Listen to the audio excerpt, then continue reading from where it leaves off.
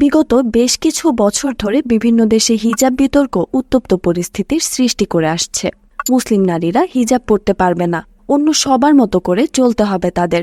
এই চিন্তাধারা চাপিয়ে দেওয়ার মন মানসিকতা থেকেই মূলত বিবাদের শুরু। 2013 সালের 1 ফেব্রুয়ারি সামাজিক যোগাযোগ মাধ্যম ফেসবুকে বিশ্ব হিজাব দিবস পালনের উদ্যোগ নেন বাংলাদেশি বংশোদ্ভূত নিউ ইয়র্কের বাসিন্দা নাজমা খান। তখন থেকে হিজাবের প্রতি ইতিবাচক ধারণা তৈরি করতে দিবসটি উদযাপনের উদ্যোগ নেওয়া হয়।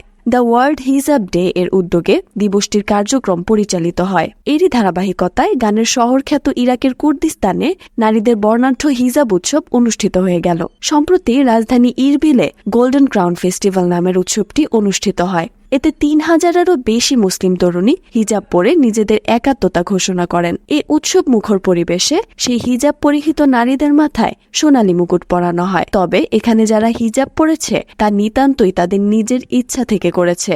প্রতি বছর তরুণীদের হিজাব পরা উপলক্ষে বর্ণাঢ্য এই উৎসবের আয়োজন করা হয়। টানা 10মবারের মতো গোল্ডেন ক্রাউন ফেস্টিভ্যাল নামের এই উৎসবের আয়োজন করে কুর্দিস্তান স্টুডেন্টস ডেভেলপমেন্ট অর্গানাইজেশন। অনুষ্ঠানের আয়োজকরা তাদের মতামত দিতে গিয়ে বলেন, গোল্ডেন ক্রাউন ফেস্টিভ্যাল প্রতি বছর অনুষ্ঠিত হয়। মুসলিম নারীর হিজাব যে তার জন্য মুকুটের সমতুল্য, এই বিশ্বাস থেকেই এই বিশাল আয়োজন করা হয়।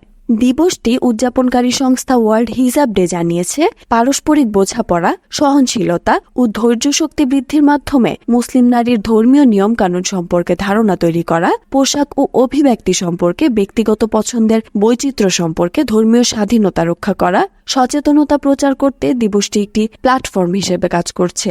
নাজমা খান মাত্র 11 বছর বয়সে বাবা মায়ের সঙ্গে যুক্তরাষ্ট্রে থাকতে শুরু করেন। সেখানে গিয়ে হিজাব পরা শুরু করেন তিনি। কিন্তু হিজাব পরার পর থেকে নানা ধরনের অসহিষ্ণু আচরণের মুখোমুখি হন তিনি। আমাদের ভুলে গেলে চলবে না, স্বাধীনতা মানে অন্যের ক্ষতি না করে নিজের মতো করে চলা। যদি তাই হয়, তাহলে একজন নারী যদি হিজাব পরতে চায়, তাহলে তাকে বাধা দেওয়া হয় কোন যুক্তিতে?